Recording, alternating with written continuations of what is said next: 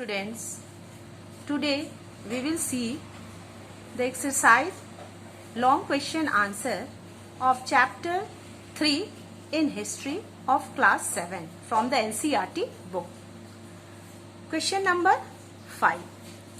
According to the circle of justice, why was it important for military commanders to keep the interest of the peasantry in mind? The answer is, according to circle of justice, it was important for military commanders to keep the interest of the peasantry in mind because answer number 1. A king cannot survive without soldiers. Point 2.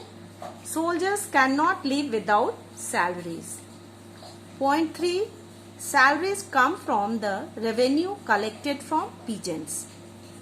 Point 4. But peasants can pay revenue only when they are prosperous and happy. And point 5. This happens when the king promotes justice and honest governance. Question number 6. What is meant by the internal and external frontier of the Sultanate? Answer. Point number 1. The internal frontiers of Sultanate means the consolidation of the hinterlands of the garrison towns. Point 2. During these campaigns, forests were cleared in the Ganga Yamuna Doab and hunters and pastoralists were expelled from their habitat. Those lands were given to peasants and agriculture was encouraged.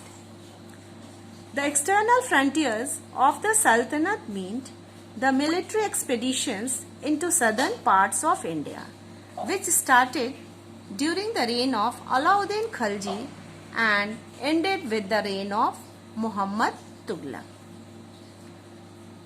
Next question. What were the steps taken to ensure the Muktis performed their duties? Why do you think they may have wanted to defy the orders of the sultans? Answer. Steps taken to ensure that Muktis perform their duties were as follows. Point number 1. Their offices was not made hereditary.